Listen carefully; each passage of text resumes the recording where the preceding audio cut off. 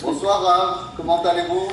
Baruch Hashem, très bien, merci, très heureux de retrouver la Kehila de Marseille, le Beth Midrash qui a organisé ce shiur ce soir, et l'ensemble du public, tous ces tzadikim qui, Baruch Hashem, sont là au rendez-vous hebdomadaire.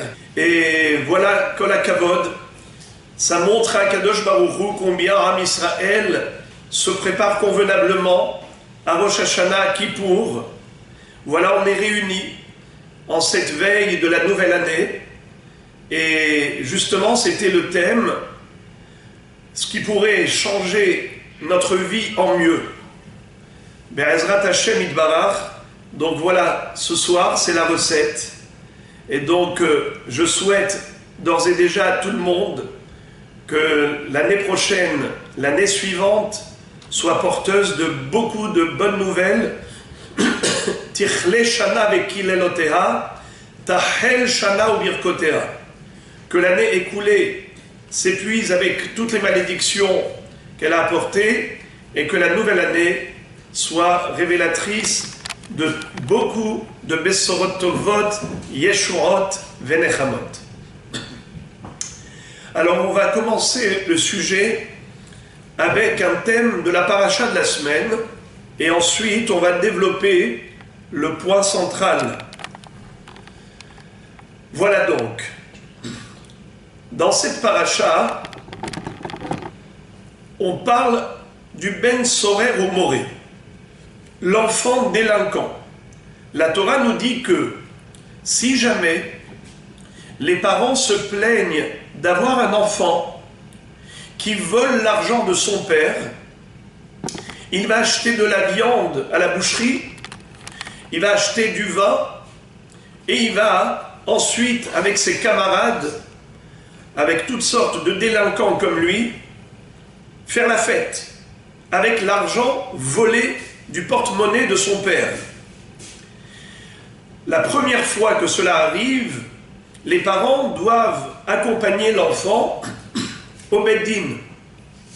Là-bas, le tribunal va devoir sévir à son égard, lui infliger 39 coups, ce qu'on appelle en hébreu malkout, la flagellation. Et là, ils vont le mettre en garde. Attention à toi si tu récidives. Et si en effet c'était le cas, et il a récidivé, qu'est-ce qui va se passer? Ils devront le ramener une deuxième fois. Mais cette fois-ci, ce n'est plus que des coups, c'est carrément une exécution. Et la Torah parle de la peine capitale qui s'appelle skila. La lapidation, quelque chose d'extrêmement grave. Alors nos maîtres ne manquent pas de s'étonner comme vous. Comment est-ce possible que la Torah, qui elle est clémente, c'est-à-dire la Torah est humaine, elle tient compte de la réalité humaine. Comment est-ce possible qu'à l'égard d'un enfant qui est à peine bar mitzvah, eh bien, Akadosh Baruch Hu est dit qu'il faille lui infliger la peine capitale. Mais qu'est-ce qu'il a fait de mal? Ok, il a volé l'argent de son père. Mais pour un vol, on ne va pas exécuter quelqu'un. Il est condamné à rembourser. Alors comment se fait-il que la Torah exige une chose pareille? Ça paraît totalement incompréhensible et disproportionné. Alors Rashi nous cite les paroles de nos maîtres, qui disent que ce garçon, qui aujourd'hui a été volé l'argent de son père pour se faire plaisir avec ses camarades, eh bien avec le temps, il va développer une addiction. Une addiction à toutes sortes de drogues.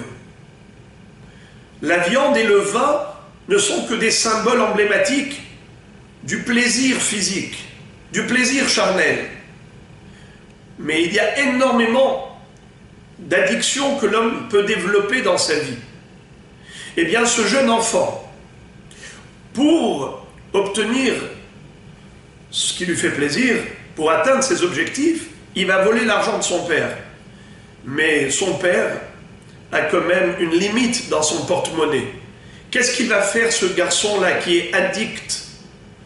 Quand il a besoin de cette drogue et qu'il n'y a plus d'argent dans le portefeuille de papa, eh bien il va aller voler. Mais à un moment donné, les gens ne vont pas se laisser faire, ils vont se défendre. Et lui va attaquer pour se défendre, parce que lui aussi, il veut se défendre contre son agresseur qui cherche à se défendre. Alors il est capable de tuer des gens pour les piller. Eh bien, Yarda Torah lesof dato shel adam. Sof shemevakesh limudo ve'eno motze. Omed beparashat drachim umelastem et abiriot. Amra Torah yamut zakai ve'al yamut chayav. Qu'est-ce que ça veut dire? Akadosh Baruch Hu, qui est le créateur de l'homme, c'est lui qui va analyser la psychologie de cet enfant. Et Akadosh Baruch Hu nous révèle l'avenir. Et il nous dit que cet enfant, inéluctablement, deviendra un assassin criminel. Pourquoi? Parce que, une fois qu'il a liquidé, épuisé le portefeuille de papa, il va aller chercher le portefeuille des autres. Mais les gens ne sont pas dupes. Et c'est comme ça qu'il va rentrer dans toutes sortes de querelles et de règlements de compte. Il deviendra un tueur. La Torah dit mieux vaut qu'il parte de ce monde lorsqu'il est voleur plutôt que tueur. Ou de toutes les façons, il sera condamné à mort un jour pour ses crimes. Pourquoi attendre? Mieux vaut prévenir que guérir. Alors les amis, évidemment qu'on a du mal à comprendre. Pas seulement qu'on a du mal à comprendre cette rigueur, mais surtout, c'est que ça contredit un principe même de la Gemara. La Gemara nous enseigne dans Masechet de Rosh Hashanah que le jour de Rosh Hashanah, Akadosh Baruch Hu juge chacun et chacune en fonction de l'état d'esprit actuel, tel qu'on est le jour du jugement, et non pas par rapport à ce qu'on sera plus tard, ce qu'on fera après. Hachem, même s'il connaît l'avenir, il connaît le futur, mais il ne va pas condamner quelqu'un qui va faire une avéra plus tard. Alors comment se fait-il que le Ben Sorer ou Moré, l'enfant délinquant, oui, il est jugé par rapport à l'avenir? Et la Gemara, sur quoi elle s'appuie pour démontrer cette thèse, cette théorie, cette réalité, que Dieu ne condamne pas quelqu'un au présent à cause de ses fautes à venir? Eh bien, on l'apprend de Ishmaël. Ishmaël avait été viré de la maison paternelle avec sa mère Hagar. Lorsque Sarah Imenu avait vu que Ishmaël constituait un danger pour Yitzhak, elle va dire à son mari, Garesh et ha'ama zot ve'et bena, ki lo yirash in beni im Yitzhak. Et lorsque, en effet, ils se sont retrouvés dans le désert, sous le soleil ardent, Ishmaël a commencé à se déshydrater. Il était fiévreux. Qu'est-ce que fait sa maman Hagar? Pour ne pas le voir mourir de soif, puisqu'il n'y avait plus d'eau dans la gourde qu'Abraham leur avait transmis, eh bien, elle va le jeter derrière un buisson en disant « Je ne veux pas voir la mort de l'enfant ». Mais l'enfant pleurait. Et il est dit dans la Torah que Dieu a écouté les pleurs et la voix de Ishmaël. Et il a fait jaillir miraculeusement une source. Et voilà que dans le désert, il trouve de l'eau. Elle va donc le désaltérer et lui sauver la vie d'une mort certaine. Pourquoi? Parce que Akadosh Baruch Hu a écouté ses pleurs. Alors écoutez quelque chose de très fort. Rashi nous raconte au nom du Midrash un descriptif de ce qui s'est passé à ce moment même dans le ciel. Dans les hautes sphères célestes, les anges dans le ciel ont accusé Ishmaël devant Dieu. Ils vont dire, Maître du monde, comment tu veux sauver Ishmaël miraculeusement en lui faisant jaillir une source dans le désert, alors que les descendants de Ishmaël vont tuer par la soif tes enfants, les béné Israël. À quel moment cela va se passer? Précisément lors de Galout Bavel. Après la destruction du premier temple, Nabuchodonosor avait enchaîné les Juifs. Il les a exilés vers la Babylonie. Et chemin faisant, ils étaient assoiffés en portant de lourds fardeaux sous le soleil caniculaire. Ils avaient extrêmement soif. Personne n'a voulu leur donner à boire. Et ils ont vu sur le bas-côté de la route des Bédouins, des Ismaélites. Ils se sont dit, ce sont nos cousins, Ishmaël. Peut-être que eux auront pitié de nous. Ils les ont sollicités, mais avec leur sourire hypocrite, ils leur ont présenté des outres de cuir gonflées, non pas pleines d'eau, mais pleines d'air, comme un ballon que l'on gonfle avec l'air de ses poumons. Et ils ont dit aux Juifs, bien sûr qu'on va vous donner à boire, mais d'abord mangez quelque chose. Qu'est-ce qu'ils leur ont donné à manger? Eh bien, des poissons salés, des anchois hyper salés, pour intensifier leur soif. Et à ce moment-là, ils avaient déjà la langue dehors, après des jours où ils n'avaient pas bu. Quand on leur a donné les outres, ils ont aspiré le contenu de l'outre, de plein poumon. C'est-à-dire, ils pensaient qu'il y avait de l'eau. Et comme ils ont été asphyxiés par l'air de ces outres, ils sont tombés morts comme des mouches par la soif. Ces malachim dans le ciel vont rappeler la cruauté des enfants d'Ishmaël à l'égard d'Israël, en disant, mais maître du monde, comment tu veux réaliser un tel miracle en faveur de l'ascendant de ces criminels qui vont tuer tes enfants par la soif? Hachem répond, maintenant, à l'heure actuelle, qu'est-ce qu'il est? Tzadik ou Racha? Il n'était pas Racha à ce moment-là. Akadosh Baruch Hu va dire, je ne juge la personne que par rapport à l'instant présent. Enidan et Adam, et là les filles Marasav Shelota Sha'a. Et par conséquent, je vais lui sauver la vie. Vaishma Elohim El Kol An-Na'ar Ba'asher Usham. Dieu a écouté la voix de l'enfant là où il se trouvait. Mais évidemment, il se trouve là où il se trouve. Que veut dire Ba'asher Usham? Il ne s'agit pas de Sham, d'un emplacement géographique, mais Sham dans l'état d'esprit actuel. Si un homme se trouve actuellement dans un esprit positif, même si plus tard il deviendra négatif, Hachem ne condamne pas aujourd'hui par rapport à un mal commis dans le futur. Alors pourquoi le Ben Sorer ou Moré, cet enfant à peine bar mitzvah, qui a volé l'argent de son père pour acheter de la viande et du vin et aller avec ses camarades voyous pour manger tout cela au bistrot, pourquoi est-ce que Dieu va le condamner à cet enfant aujourd'hui par rapport à ce qu'il fera plus tard quand il deviendra lui-même un assassin? Mais on ne peut pas le juger comme un assassin aujourd'hui parce qu'il le deviendra demain. A priori, ce sont deux lois de la Torah qui se contredisent. Comment comprendre et résorber cette contradiction? Alors déjà, les Mefarshim, les commentateurs, expliquent qu'il y a une différence fondamentale entre les deux scénarios. Le Ben Sorer ou Moré a déjà commencé à faire des choses négatives. Il a volé. Bien sûr que le vol n'entraîne pas un verdict aussi sévère. Mais c'est un vol qui va l'entraîner à un autre vol qui va l'entraîner au crime. Là, c'est différent. Chez Ishmaël, il n'avait pas encore entamé ce processus de comportement criminel que vont avoir ses descendants. En plus, Ishmaël, ce n'était pas lui-même, c'est ses descendants.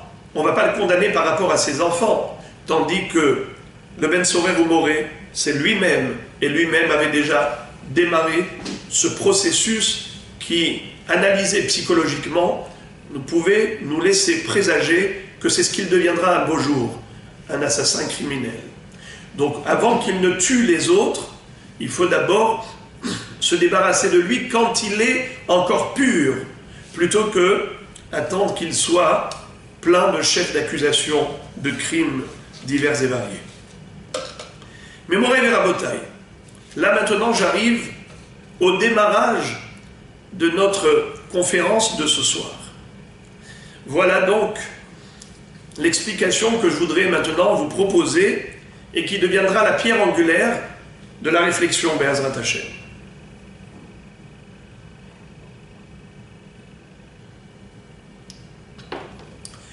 À propos du Ben Sorer ou Moré, la Torah, lorsqu'elle nous dit que les parents devront l'accompagner au Beddin, au tribunal, ils vont devoir faire une déclaration.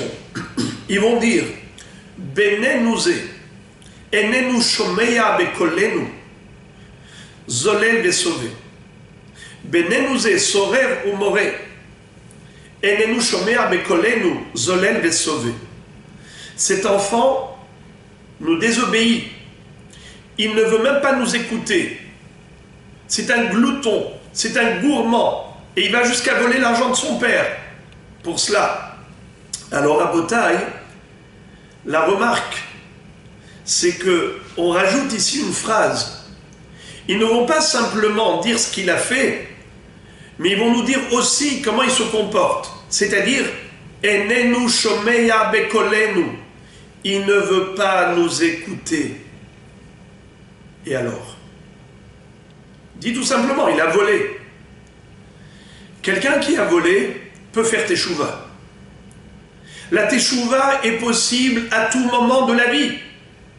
Tout le monde peut se repentir. Pourquoi le Ben Sorer ou Moré, on ne lui donne pas la chance de faire teshuva? Réponse.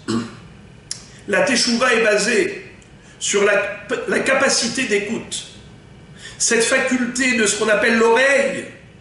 Quelqu'un qui est d'accord d'écouter, d'accepter les reproches. Quand on lui dit quelque chose, on lui fait une remarque. Il ne fait pas la sourde oreille. Il ne met pas des boules qui est. Il prête une oreille attentive à ce qu'on lui dit. Cette personne, même la pire, peut faire teshuva. La teshuva, c'est à tout moment de notre existence. La seule personne qui elle-même s'est fermée les portes de la teshuva, c'est celle qui ne veut pas entendre, qui ne veut pas écouter. Cette personne-là ne pourra jamais se remettre en cause. Elle se croit parfaite. Inutile de me conseiller, je sais me tromper tout seul. C'est sa devise. Eh bien, voilà Rabotaï, la raison pour laquelle le Ben Sorer ou Moré n'a pas été traité comme Ishmaël avec clémence. Car Ishmaël avait cette faculté, cette capacité d'écoute. Écoutez la preuve. Et c'est pour cela qu'il va faire teshuva finalement à écouter quelque chose de très fort.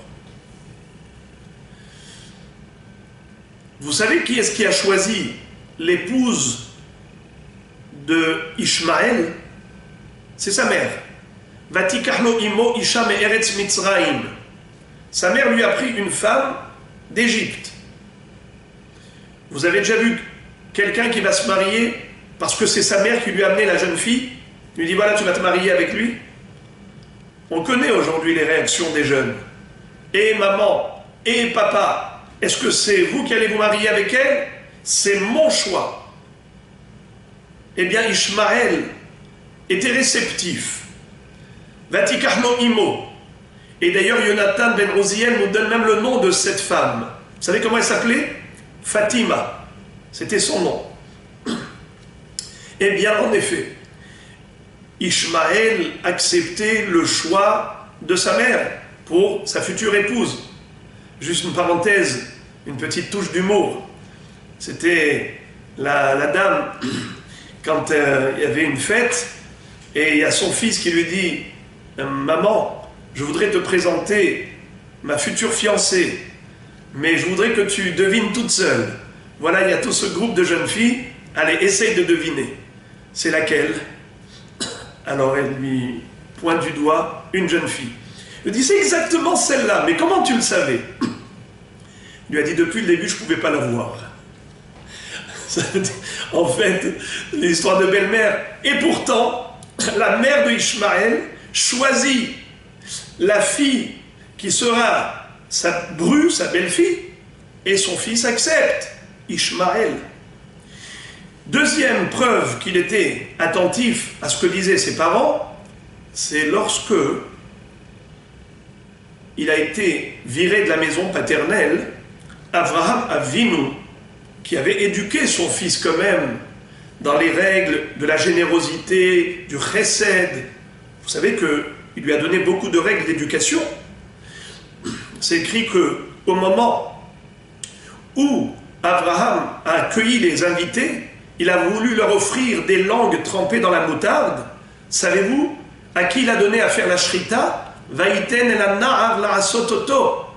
Et Rachid de dire, c'était qui ce jeune homme? C'était Ishmaël, les hanecho bemitzvot. Abraham tient à l'éducation d'Ishmaël. C'est son fils biologique. Et de ce fait, il va se soucier d'Ishmaël lorsqu'il a été viré.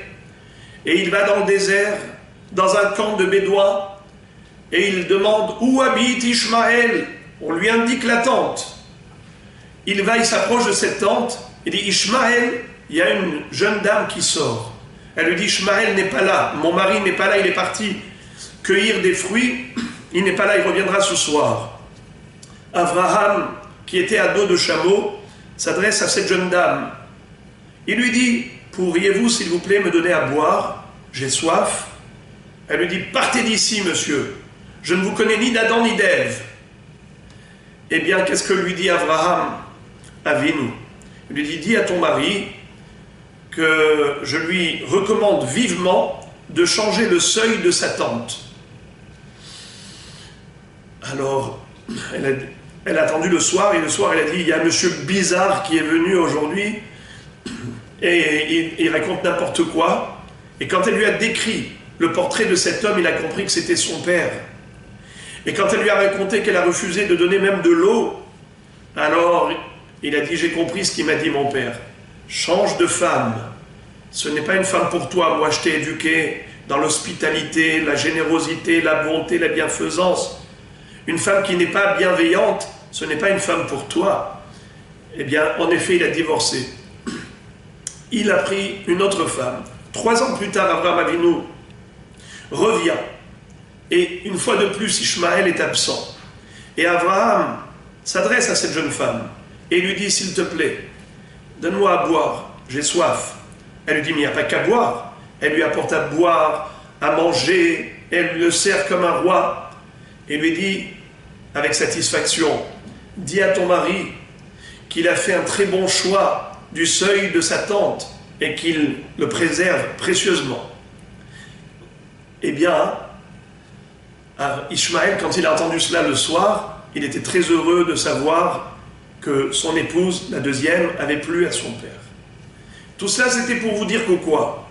Que Ishmaël tenait compte de la volonté de son père, la volonté de sa mère. Contrairement au Ben Sorer ou Moré, Enenu Shomer Bekolenu, il ne veut pas écouter ni papa ni maman. Eh bien, de ce fait, Ishmaël va finir par faire Teshuvah. Ah bon? Quand est-ce que Ishmaël a fait Teshuvah? Eh bien, Rachid nous le révèle. Qu'au moment où Abraham Avinu est décédé, qui est-ce qui a été l'ensevelir dans le caveau des patriarches à Merarat Amarpela à Hebron? C'est Ishmaël et Yitzhak, n'est-ce pas? Mais la Torah nous dit Vaikberu oto Yitzhak ve Ishmaël. Ils l'ont enterré. Qui? Yitzhak et Ishmaël. Pourtant Ishmaël était l'aîné. Il avait 13 ans de plus que Yitzhak.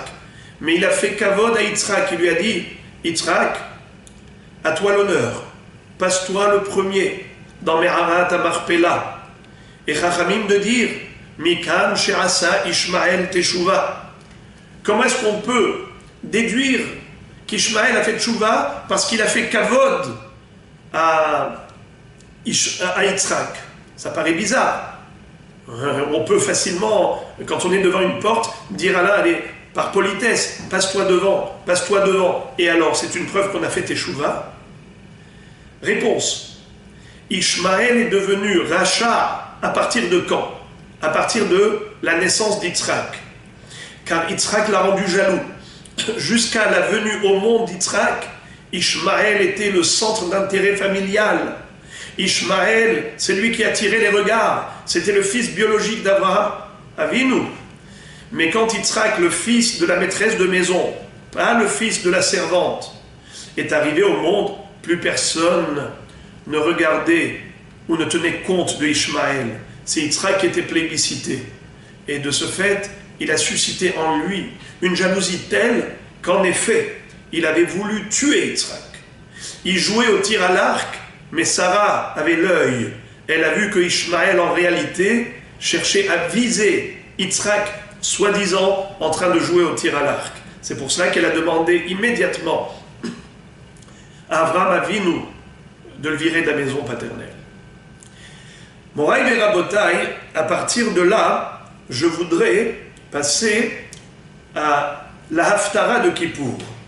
À Kippour, dans Mincha, juste avant la Ne'ila, on lit la Haftara de Yona, toute la prophétie de Jonas. Vous connaissez l'histoire, évidemment, lorsque Dieu l'a envoyé vers la ville de Ninive, à Ninvé, pour rappeler tous ces gens à l'ordre, pour leur annoncer la destruction de la ville dans 40 jours, parce qu'elle était pleine de corruption, de dépravation, de débauche. Il y avait de l'homosexualité, il y avait du vol. Alors, dis-leur que dans 40 jours, Ninvé n'est pas faite. Au début, Yona n'a pas voulu y aller, pour des raisons que je ne vais pas évoquer à l'heure actuelle, mais finalement, malgré lui, lorsqu'il était dans le bateau, en train de fuir Eretz Israël, pour fuir la prophétie, car en dehors d'Eretz Israël, il n'y a pas de prophétie, eh bien, Akadosh Baruch Hu a envoyé une tempête dans la mer, le bateau a failli faire naufrage, et lorsque les matelots ont dit à Yona qui dormait dans la cale du bateau, « Mais qu'est-ce que tu fais, toi qui es endormi? Appelle au secours ton Dieu !» Il leur a dit, « Je vous avoue, c'est à cause de moi cette tempête. Si vous me jetez à l'eau, elle se calmera. » C'est ce qui s'est passé. Il a été englouti par la baleine, et dans le ventre de la baleine, il a dit à Kadosh Baruch Hu, « Tu es trop fort, je suis prêt à me soumettre à ta volonté. » La baleine l'a rejeté sur le rivage, dans la ville de Ninvé. Il va à Ninvé, il s'adresse aux habitants, au roi, et il leur dit, « Dans 40 jours, la ville de Ninive sera détruite comme Sodome et Gomorre, comme Apérat Sedom Varamora. » Il a été pris au sérieux. Ils ont fait une telle teshuva, ils ont jeûné pendant 3 jours et 3 nuits. Ils ont fait jeûner même les animaux, les bêtes. Et Akadosh Baruch Hu a annulé le mauvais décret, et c'est comme ça qu'ils ont été sauvés d'une mort certaine. Moraï et Rabotai, imaginez-vous aujourd'hui, s'il y avait quelqu'un qui venait, on va dire l'année dernière, pendant le courant de cette année, il nous disait, vous savez, faites teshuva avant Rosh Hashanah de l'année dernière, faites teshuva, sinon il y aura le corona. Il va y avoir un virus qui va faire des millions de morts, qui va faire des centaines de milliers de morts, des millions de malades dans le monde. On l'aurait pris, on l'aurait mis directement dans un asile de fous. Qui l'aurait pris au sérieux? Comment se fait-il que dans la ville de Ninive, non seulement qu'ils n'ont pas envoyé balader, mais ils ont pris cela très au sérieux. Et ils ont fait une teshuva qui leur a permis, en effet, de retrouver le droit à la vie.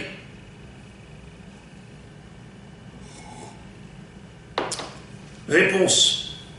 Premièrement, qui était le roi de Ninvé? Chachamim nous disent, dans le Midrash Yalkut Shimoni, que c'était Paro, le fameux pharaon qui avait subi les 10 plaies, et qui, au moment de la noyade dans la mer Rouge, a dit « Mi chamocha ba'elim Hashem ». Il a réparé sa faute quand Moshe Rabbeinu était venu au début, en disant « Libère le peuple juif de cet esclavage injuste ». Il a dit « Ah, Mi Hashem asher eshma bekolo. Mais qui est Dieu pour que je l'écoute?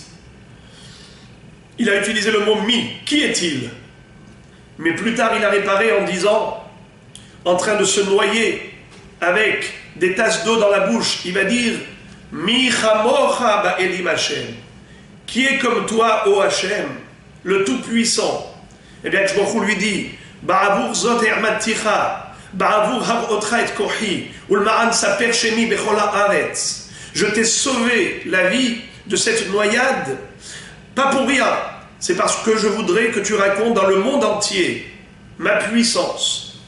Eh bien, ce même Paro, qui est devenu le roi de Nineveh, lorsqu'il a entendu l'avertissement d'Akadosh Baruch Hu, il a compris que Hachem ne rigole pas. Il a pris ça très au sérieux. Et voilà comment il a sauvé la vie de tous ses citoyens avec une écoute attentive, parce qu'il a entendu le reproche. Il n'a pas fait la sourde oreille, il n'a pas mis de boule qui est. Il a dit oui, j'ai entendu, oui, j'ai compris. Et ils ont intériorisé profondément le message divin. Ils ont fait teshuva grâce à un message pris au sérieux. Mon Rav et Rabota, écoutez une deuxième raison pourquoi. C'était des gens qui ont pris à cœur la parole divine. Vous savez qui est-ce qui a construit la ville de Nineveh? Qui a construit cette ville? Eh bien, c'est écrit dans la Torah, figurez-vous, dans Parashat Noach. Ashur, c'était le nom de cet homme, nous dit Rashi. Ashur bana et Nineveh, c'est lui qui a construit la ville de Nineveh. Qui était ce Ashur? Et pourquoi il a quitté le pays de Shinar où il habitait pour aller construire la ville de Nineveh? Écoutez l'histoire que nous raconte Rashi. Il y a eu deux générations. La génération du déluge et la génération de la tour de Babylone, la tour de Babel. Après le déluge, il y a eu l'humanité qui s'est développée, qui s'est multipliée, qui s'est installée en pays de Babylonie, Eretz Shinar. Et là-bas, à un moment donné, il y a eu un homme qui s'appelait Nimrod. Et il s'appelait Nimrod, qui veut dire en hébreu, on va se révolter, on va se rebeller. En effet, il a réussi à inciter tous ses contemporains à aller contre Dieu. Ils ont voulu construire une tour qui va jusqu'au ciel pour livrer guerre à Dieu.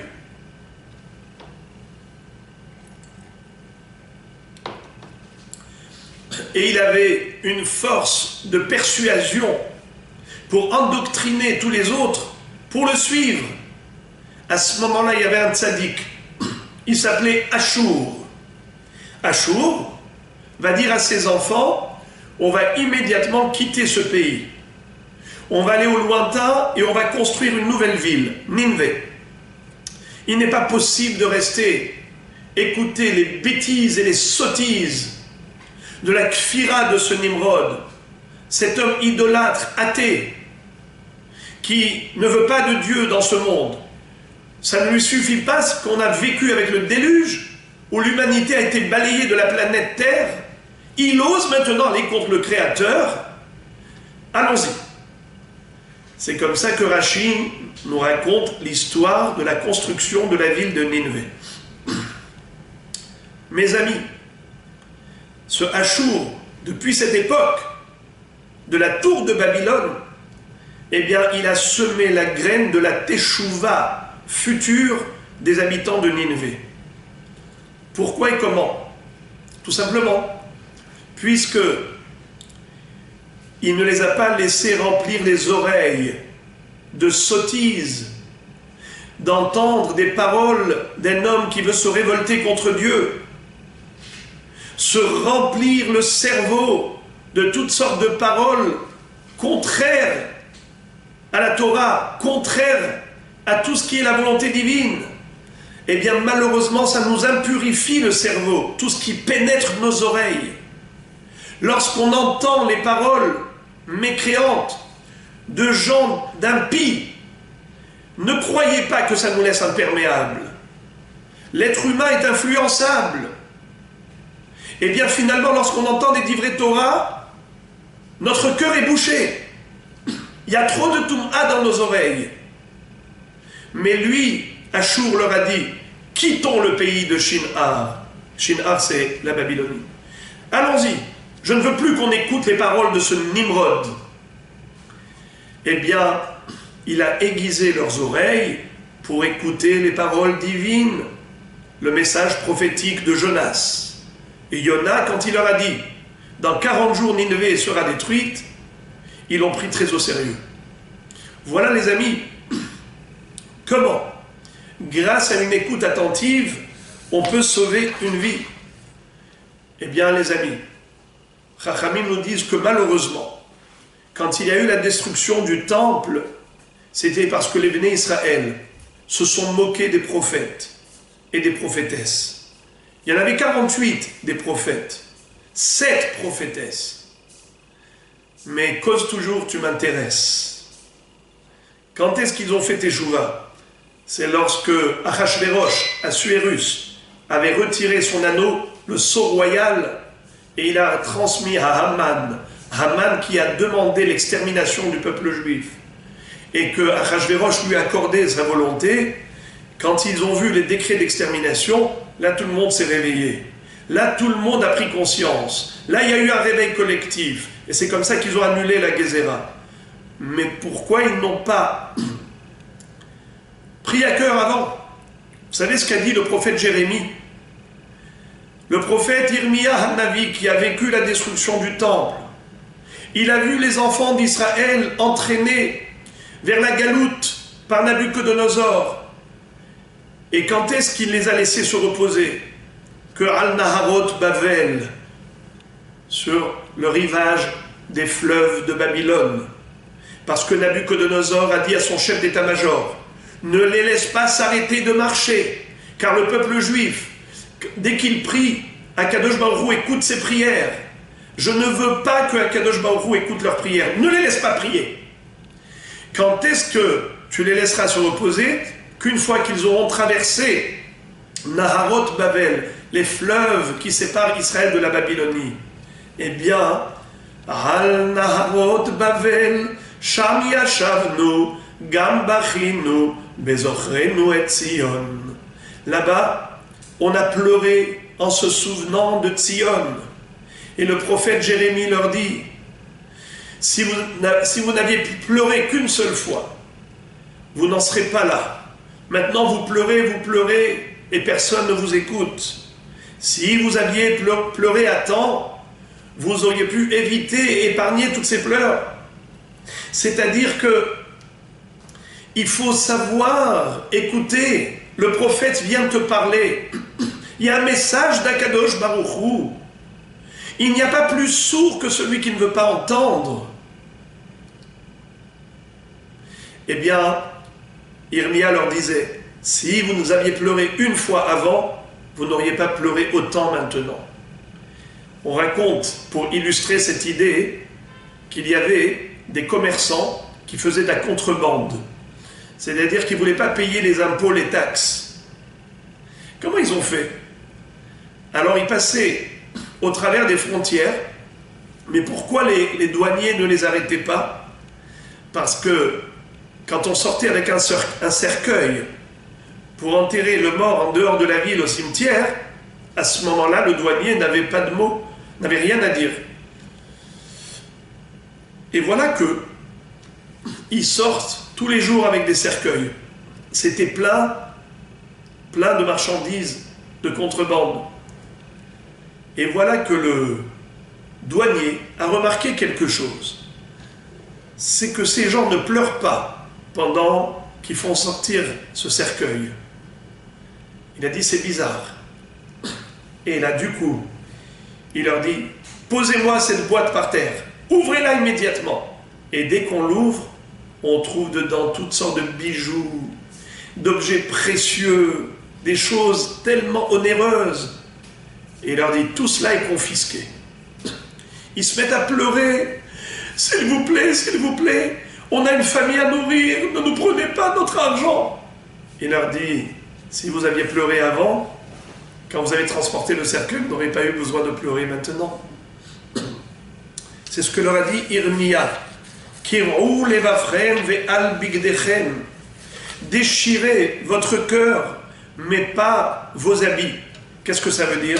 Nous disent nos chachamim, si on déchire le cœur, on n'aura pas besoin de déchirer les vêtements pour un deuil, puisque la personne aura déjà fait teshuva.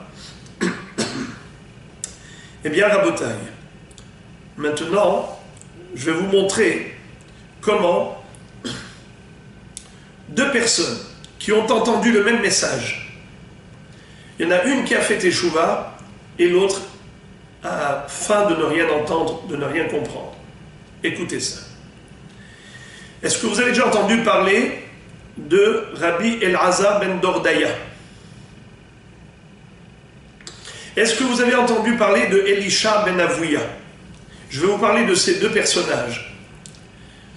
Les deux sont des personnages talmudiques, de la période du Talmud. Elisha ben Avouya, c'était un Tana, un grand érudit en Torah. Mais malheureusement, il était très attiré par la culture grecque, la philosophie d'Athènes et les chants grecs, il les aimait beaucoup, et donc constamment, il était lié à cette culture. Vous savez que même lorsqu'il étudiait la Torah, il n'était pas très convaincu. Un jour, cet homme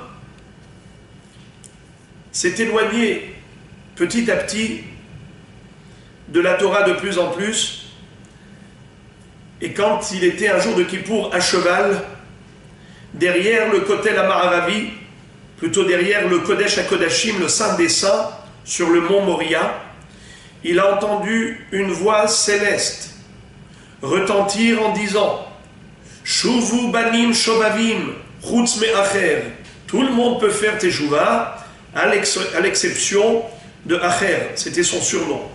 Mais vous allez voir pourquoi il s'appelle Acher. Elisha ben Avouya, on l'appelait l'autre. Pourquoi on va l'appeler l'autre, vous allez voir. Quand il a entendu cette voix céleste, il a dit, ah bon, ça veut dire que tout le monde peut faire teshuva sauf moi. Eh bien, si je n'ai pas le Olam Haba, au moins je vais profiter du Olam Hazé. Il a été sollicité une prostituée. Elle lui a dit, mais toi tu es un Raham, non? Un jour de Shabbat, devant elle, qu'est-ce qu'il va faire? Il va arracher une plante. Il va cueillir un fruit. Donc il va faire un Chilul Shabbat. Quand elle a vu qu'il a profané le Shabbat, elle a dit Shma mina aheru. Donc ce n'est pas le fameux Chacham que je connaissais. C'est un autre. Depuis on l'a appelé l'autre. Son élève, vous savez qui était-il? Eh bien, Rabbi Meir Baal Hanes. Rabbi Meir Baal Hanes continuait d'étudier la Torah chez son maître, qui était Elisha ben Avouya, même lorsqu'il était rachat. Et la Gemara dit, mais comment ça se fait qu'il va étudier la Torah chez un rachat? La Gemara dit, Rabbi Meir Baal Hanes est la seule personne qui est capable de retirer l'écorce et de ne manger que le fruit, de prendre le bon et de jeter le mauvais. Et d'ailleurs, il va essayer de ramener son maître à la teshuva. Il va lui dire, Rabbi, Hazor Becha, s'il te plaît, fais teshuva. Et il lui dit, mais mon fils, ça ne sert à rien, on ne va pas m'accepter là-haut. Et lorsque Elisha ben Avouya est tombé malade, on a dit à Rabbi Meir, ton maître est malade. Il a été à son chevet. Et il lui dit, Rabbi, s'il te plaît, fais teshuva. Il lui a dit quoi? Même maintenant, on peut m'accepter? Ce n'est pas trop tard? Il lui a dit non, il n'est jamais trop tard pour bien faire. Il lui a dit Tashev enosh addaka vatomer shuvu bene adam afilu addirducha shel nefesh. Même au moment où la personne est en train d'expirer son âme, même à ce moment-là, Dieu accepte la teshuva. Et son rave s'est éteint. Et Rabbi Meir a remarqué qu'il y avait des larmes au coin de l'œil de Elisha ben Avouya avant sa mort. Et il a dit, il me semble que mon maître est décédé avec des pensées de Teshuvah. Je ne vous raconte pas la suite de l'histoire qui est très émouvante, mais je voudrais maintenant virer vers un autre personnage. C'était Elazar ben Dordaya. Qui était-il? C'était un homme qui était attiré par tout ce qui était débauche, prostitution. Il n'y en avait pas une qu'il n'avait pas connue. Toutes les autres, il les avait connues. Une fois, il a même entendu qu'il y en avait une pour laquelle il fallait traverser 7 fleuves, et elle prenait très cher parce qu'elle était exceptionnelle. Et il a eu le courage de le faire. Il a traversé tous ces fleuves. Il est arrivé là-bas. Elle avait un palais. Il a payé très cher, et au dernier moment, il s'entend dire, tout le monde peut faire Teshuvah, sauf Elazar ben Dordaya. À ce moment-là, il se jette du lit, il ne fait pas la Havera. Et il se met à courir comme un fou. Il se met à s'adresser au ciel et à la terre. Priez pour moi. Il s'adresse aux montagnes et aux collines. Plaidez en ma faveur. Le soleil et la lune, faites quelque chose pour moi, auprès de Dieu. Et il s'entend dire, jusqu'à ce qu'on prie pour toi, on priera déjà pour nous. Qu'est-ce qu'il a fait? Il a plongé dans sa réflexion. Il s'est jeté à terre comme un enfant. Il a mis sa tête entre ses genoux et il s'est mis à pleurer de longues heures, de longues journées, jusqu'à ce que il a rendu son âme à son Créateur. À ce moment-là, il y a une voix céleste qui a retenti en disant « Rabbi Elazar ben Dordaya, mezuman lechaye ha'olam haba » Dieu va annoncer que cette personne qui a fait Teshuvah, eh bien, mérite de jouir de la splendeur divine dans le Gan Eden. Qui est-ce qui a entendu cette voix céleste? Rabbeinu Akadosh, le rédacteur de la Mishnah, Rabbi Yehuda Hanassi. Il va dire, mais c'est merveilleux. Il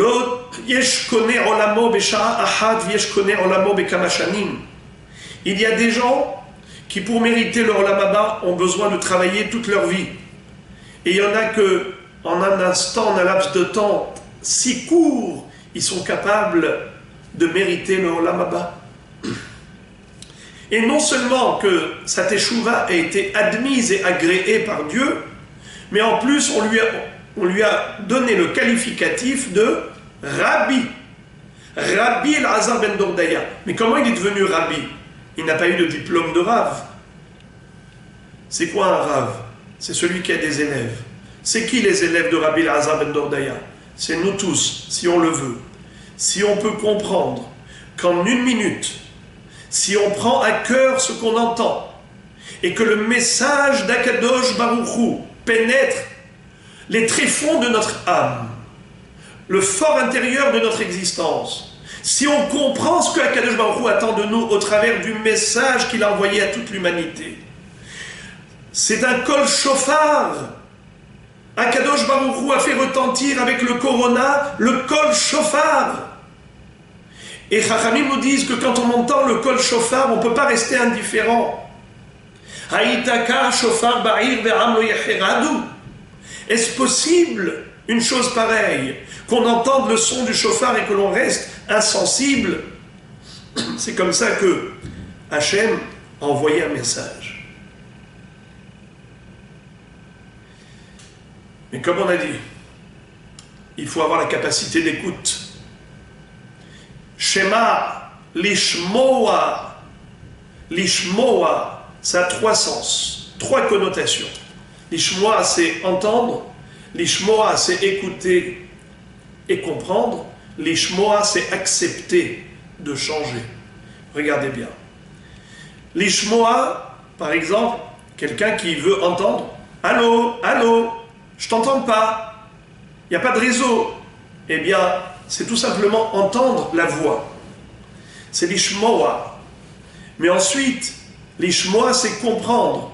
Comme Shlomo Amelech va dire à Dieu, s'il te plaît Hachem, Venatata le'avdecha lev shomeya, donne à ton serviteur un cœur qui comprend, un cœur qui entend. Même en français, quand on dit j'entends, ça veut dire j'ai compris. Mais il y a un troisième niveau. L'ishmoa, c'est comme naase venishma, c'est que j'accepte d'accomplir ce que j'ai entendu, de mettre en application. Eh bien, Shim'u uthi nafshechem. Si vous écoutez attentivement le message divin, votre vie sera ô combien meilleure. Chachamim nous disent que celui qui a causé une infirmité à l'autre, il l'a rendu infirme. Par exemple, Chazé Shalom, il lui a coupé un bras. Vous savez combien il doit payer comme dédommagement? Il sera condamné par la Torah. Nezek, Tzara, Ripouille, Shevet, Bochet. Vous savez combien il doit payer le Nezek, le dégât? Comment est-ce qu'on peut évaluer, estimer la valeur d'un bras? Eh bien, on va au marché des esclaves, à l'époque où ça existait, et on voyait un esclave qui a un bras, un esclave sans bras. La différence de prix, c'est le prix de la main, c'est le prix du bras. Pareil pour n'importe quel membre. Eh bien, écoutez, les amis, quelqu'un qui a, chasvé shalom, crevé l'œil de l'autre, combien il doit lui payer? Le prix de l'œil. On a dit comment on évalue. Il lui a coupé un pied, le prix du pied. Maintenant, s'il a rendu sourd, combien doit-il payer?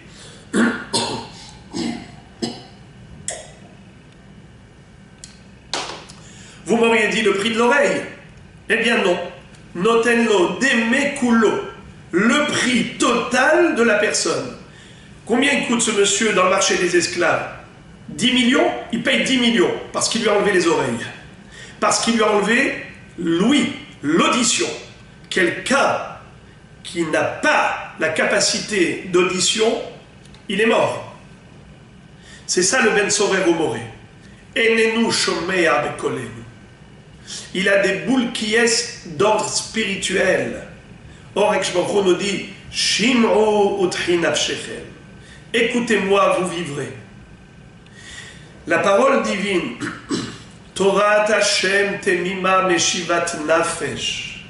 La parole de la Torah, elle rend l'âme, elle donne la vie, elle améliore nos conditions de vie. Parce que si Akadosh Baruch Hu nous a montré sa suprématie au travers d'une créature invisible, un virus qui rend fou toute l'humanité, toutes les grandes puissances sont devenues impuissantes. Personne n'est capable de rien faire avec un petit virus. C'est vrai, mais pourquoi Dieu a fait cela?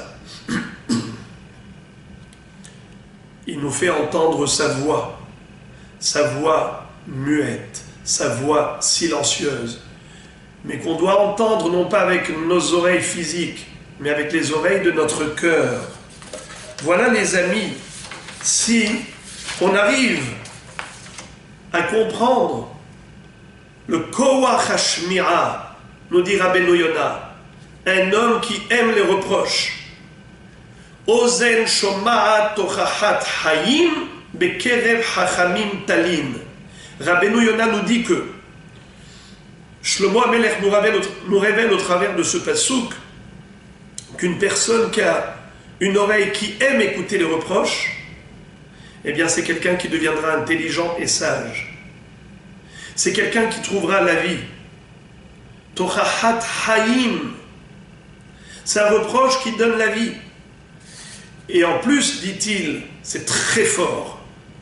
Il dit que un homme qui accepte de faire teshuva, parce qu'il a entendu, il a pris à cœur, il a intériorisé, il a intégré au plus profond de lui-même le sens du message divin, et il a décidé de se métamorphoser, de changer de comportement, de faire du lendemain un jour meilleur qu'hier, et qu'aujourd'hui, eh bien, cet homme-là, non seulement que Dieu lui pardonne, et non seulement qu'il va faire dorénavant des mitzvot, mais Akadosh Baruch Hu considère comme si toutes les mitzvot qu'il va faire plus tard comme s'il les a déjà faites.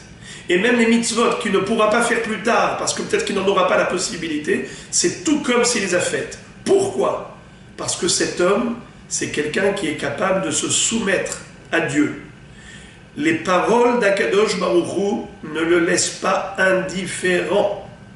Les paroles d'Akadosh Baruch Hu, il les prend au sérieux. Et donc il dit, ça y est, moi aujourd'hui, vous prêchez un convaincu. Ça y est. Il faut juste me dire qu'est-ce qu'il faut faire. Enseigne-moi le Shulchan Aruch. Dis-moi qu'est-ce qui est Asur, qu'est-ce qui est Mitzvah, qu'est-ce qui est Mutar. Moi, je me conforme. Je ne suis pas un anticonformiste. Je ne suis pas un anarchiste. Je suis quelqu'un qui respecte son Créateur, son Père Céleste. Et donc, si je suis là par lui, je suis là pour lui. Dis-moi ce que j'ai à faire. Eh bien, cet homme-là, qui prend sur lui cet engagement, on nous dit Rabbeinu Yona, cet homme est déjà porteur de tous les mérites à venir. Parce que s'il avait la possibilité d'accomplir la mitzvah, il l'aurait faite immédiatement. Il ne veut pas remettre en cause ce qu'Hakadosh demande. Alors les amis, je vais conclure en disant, voilà, on est au mois d'Elul. Hakadosh Baruch Hu nous a offert un cadeau. C'est quoi le cadeau? C'est qu'il nous a révélé le secret de la force du mois d'Elul. La force du mois d'Elul. C'est 40 jours de Teshuvah. Lorsque les Bnei Israël ont fabriqué le veau d'or et qu'ils avaient mérité l'extermination et que grâce à leur Teshuvah collective, vous savez combien de jours ils ont jeûné? Ils ont jeûné 40 jours. Ils ne mangeaient que la nuit. Depuis Rosh Chodesh Elul jusqu'à Kippour, ils ne mangeaient que la nuit. Et le 40e jour, c'est-à-dire Kippour lui-même, ils ont jeûné jour et nuit, 2 jours consécutifs. Quel a été le résultat? Mon cher Rabbeinu qui prie en haut et Israël qui fait Teshuvah en bas, résultat des courses, Salachti kidvarecha, Vayomer Hashem, Salachti kidvarecha. Dieu annonce à Moshe Rabbeinu, j'ai pardonné comme tu me l'as demandé. You understand, my friends? Voilà, Rabotai. Je voudrais que nous puissions être intelligents. Ce Elul, beaucoup plus que le Elul de l'année dernière. Car l'année dernière, c'était pour nous imprévisible. On ne savait pas qu'Hachem avait autant de force. On croyait que la stabilité, c'est une réalité. On a compris aujourd'hui que c'est une illusion. Plus rien n'est comme avant. Le marché économique à plat. La science à plat. De quoi on parle? De quelle intelligence? Technologie moderne. Boum, boum, boum.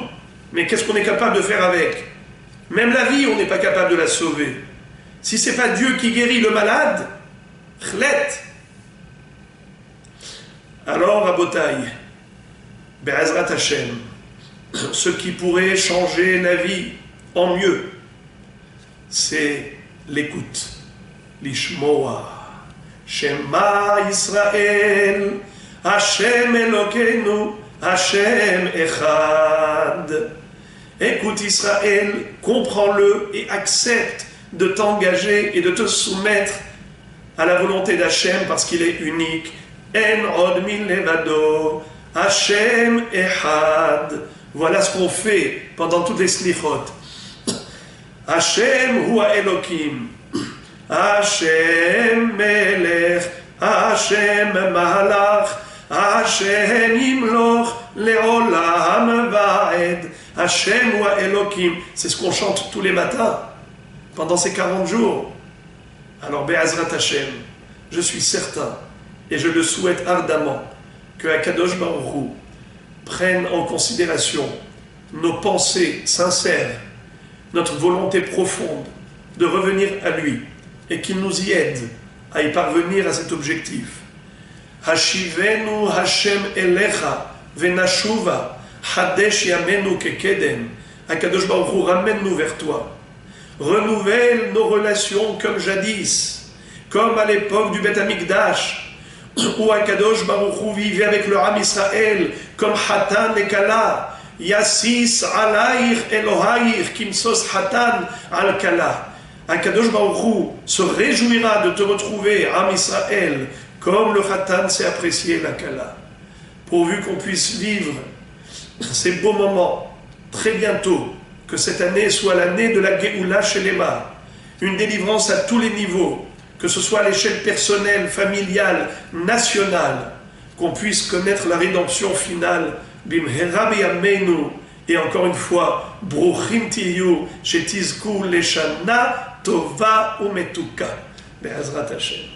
Alors on remercie notre ami Michael Dahan de Marseille, du Beth Amikdash Yosef Rai, Kol HaKavod. On remercie également tous nos co-religionnaires de Natania, Baruch Hashem. Et je voudrais, au nom de toute la communauté, demander si les personnes peuvent prendre sur elles de lire des Tehillim pour la réfoua chez les mains de notre petite sœur Sarah, Chaya, Esther, Bat Chantal, Taïta. Et Bezrat Hashem, que ce cours l'aide à avoir une bonne santé, Bezrat Hashem. El Narefanala, El Narefanala. Qu'Hachem lui envoie réfoua shlema avec l'ensemble des malades. Amen, Amen, Amen, Bezrat Hashem.